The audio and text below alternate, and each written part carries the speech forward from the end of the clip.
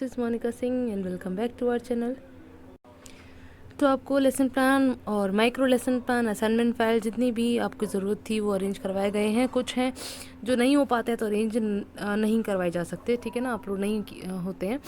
तो बाकी आप अपने आप से भी अरेंज करने की कोशिश किया करें, लेकिन जो हो पाता है वो आपको प्रेजेंट कर दिया जाता है। तो वैसे ही आज आपका है बायोलॉजी का माइक्रो लेसन प्लान, जो कि इंग्लिश में आपका अपलोडेड है, हिंदी में अभी आपको मिल जाएगा।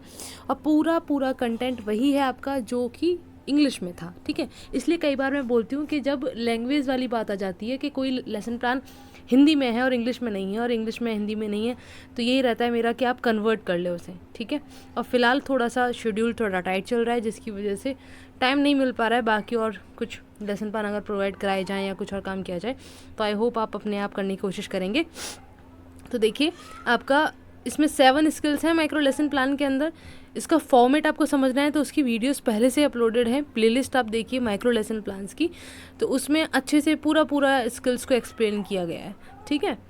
तो वो आप देख सकते हो। पैटर्न है, 2 तरीके के पैटर्न भी अभी फ़िलहाल में बताए गए हैं, how to make micro lesson plan, इस वाली वीडियो के अंदर, ठीक है।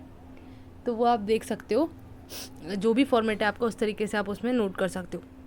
सबसे पहले आपका होता है प्रस्तावना कौशल, मतलब इंट्रोडक्टरी स्किल, ठीक है। यहाँ सबसे पहले आप दिनांक बताएंगे, कक्षा बताएंगे, विषय, अवधि और प्रकरण बताएंगे। आपकी स्किल्स जो 7 आप स्किल्स अलग अलग बताने वाले हैं, एनहेंस करने वाले हैं, उनकी जो ड्यूरेशन है, अवधि है, वो 6 मिनट तक होती है। हर एक कौशल आपका 6 मिनट। वैसे जो कॉमन है वो 5 से 7 मिनट के लिए बोला जाता है, तो हम बीच का मानकर चल लेते हैं कि 6 मिनट तक हमको ये अपनी स्किल पढ़ानी है, प्रेजेंट करनी है, ठीक है।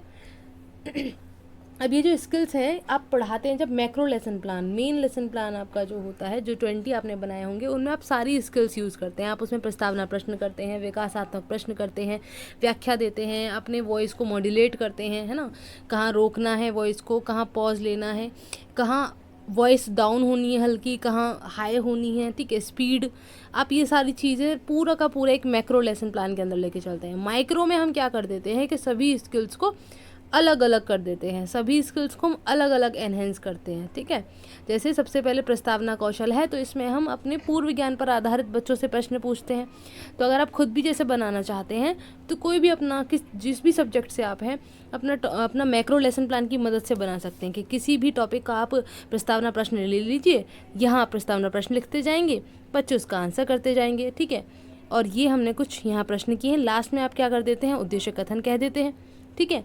और थर्ड वाला जो कॉलम है आपका, इसमें आपके घटक पूछे जाते हैं ना, क्या क्या आपने कंपोनेंट्स यूज़ किए इस स्किल के अंदर। तो ये जो घटक हैं ये आपके शायद फाइल के अंदर भी दे रखे हों, क्योंकि ये जो पेज है आपका होगा जहाँ पे ये लिखा होगा, है ना, अगर पहले से प्रिंटेड आपको फाइल मिली है तो प्रस्तावना कौशल का जो पेज होगा उसके सामने वाले पेज पर आपके घटक ही लिखे होंगे, जहाँ सुपरवाइज़र आपको रैंक करेंगे कि आपने ये स्किल कितने अच्छे से प्रेजेंट की है, ठीक है। तो उसी से लेते हैं हम ये घटक के। पूर्व ज्ञान पर आधारित हैं प्रश्न, ठीक है। प्रश्नों में श्रृंखलाबद्धता है, पाठ से प्रस्तावना का संबंध है, छात्रों में प्रेरणा का तथा रुचि का जागृत करने की योग्यता है। नेक्स्ट आपका आता है स्किल फिर खोजपूर्ण प्रश्न, एक प्रकार से विकासात्मक प्रश्न है। आपने प्रश्न किया बच्चों से, जो आप पढ़ा चुके हैं उनमें से भी प्रश्न कर सकते हैं, पर आपने प्रश्न किया, बच्चे आंसर कर रहे हैं, और लास्ट वाला कॉलम आपका घटक का हो जाता है, ठीक है। तो आप ऐसे ऐसे अपना काम ये कर लेंगे, ठीक। नेक्स्ट आपकी स्किल आती है व्याख्या कौशल। एक्सप्लेन कर रहे हैं आप टॉपिक, जब आपने कुछ विकासात्मक प्रश्न कर लिए उससे संबंधित आप कुछ एक्सप्लेनेशन भी तो देते हैं। फिर मैक्रो लेसन प्लान में आपने देखा होगा, तो यहाँ हम वैसे ही कर रहे हैं कि पूरा पहले इंट्रो दे दिया, इसके बाद में ये 3 कॉलम हमने फिल किए, जिसमें उद्देश्य कथन के बाद में या कोई विकासात्मक प्रश्न किया है, उसके बाद में आप कर रहे हो कोई प्रश्न, तो आपने छात्र अध्यापिका कथन में, या बॉय हैं आप तो छात्र अध्यापक लिखेंगे और यहाँ एक्सप्लेन करते जा रहे हैं। इस कॉलम में एक्सप्लेन कर रहे हैं, या बच्चों की एक्टिविटी आ रही है, और ये आपका घटक आपने बता दिए, ठीक है। तो हमने श्वसन से ऊपर संबंधित प्रश्न पूछे थे, या श्वसन हम पढ़ा रहे हैं उसी संबंधित हमने एक्सप्लेनेशन ले लिया। तो कोई भी टॉपिक आप ले सकते हैं इसके अंदर, ज़रूरी नहीं है सभी स्किल्स के लिए सेम टॉपिक हो, अलग अलग भी लिए जा सकते हैं।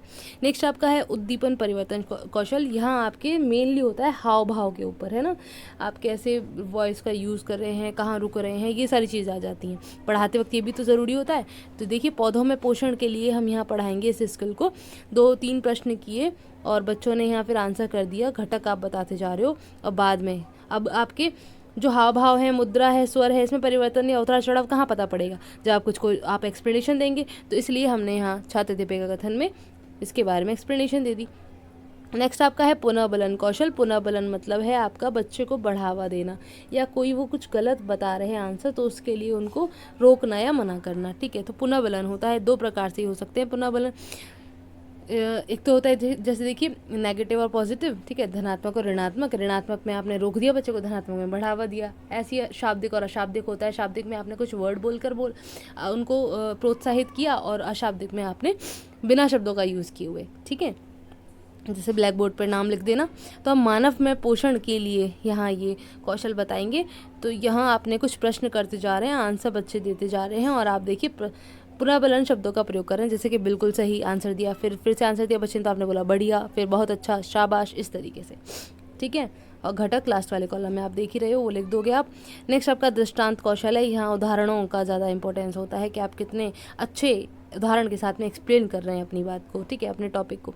तो पौधों में पोषण के लिए हम फिर से बात करेंगे। ठीक है, तो 2 प्रश्न पद हमने पूछते हुए बच्चों को शुरू किया अपना टॉपिक, और छात्र दीपिका कथन में हमने फिर उदाहरण के साथ में अपनी एक्सप्लेनेशन दे दी। ठीक है, बाकी कॉलम आप देख रहे हो बच्चों की एक्टिविटी, और लास्ट वाला कॉलम आपका ये घटक। ठीक है, नेक्स्ट आपका लास्ट आएगा श्यामपट्ट लेखन कौशल। यहाँ मेनली आपके ब्लैक बोर्ड राइटिंग, श्यामपट्ट लेखन की बात की जाती है। पौधों में जनन को हम समझा रहे हैं, लेकिन एक्सप्लेन तो करना होगा। तो देखिए कुछ क्वेश्चन करते हुए हमने एक्सप्लेन किया बच्चों की एक्टिविटी, और ये घटक आपने देखे। और लास्ट में हम ये देखिए कुछ चार्ट हमने बनाया है, जैसा भी प्रेजेंट कर रहे हो आप ब्लैक बोर्ड के ऊपर, वो आप यहाँ पेस्ट कर दोगे। ये मैंने कलर के थ्रू कर दिया है ना, यहाँ ब्लैक बोर्ड पेस्ट नहीं किया। आपने क्या करना है, जैसे मैक्रो लेसन प्लान में ब्लैक चार्ट पेपर कट करते हो ना, वैसे आप प्रेजेंट कर सकते हो, उस पर वाइट स्केच मार्कर से स्पार्कल पेन से लिखकर। ठीक है, तो ये आपका यहाँ मैक्रो लेसन प्लान कंप्लीट हो गया। आई होप आपको मदद मिलेगी। और एग्ज़ाम की डेट आ चुकी है, इसके लिए आपको वीडियो प्रोवाइड कराया गया है। नहीं पता है तो देख सकते हो। 15 जून से आपके एग्ज़ाम स्टार्ट होने हैं। डेट शीट 1 हफ्ते के लगभग आ जाएगी, 7-8 दिन में आ जानी चाहिए, और अपनी तैयारी करते रहिए। ठीक है, नेक्स्ट वीडियो में मिलेंगे। Thanks for watching.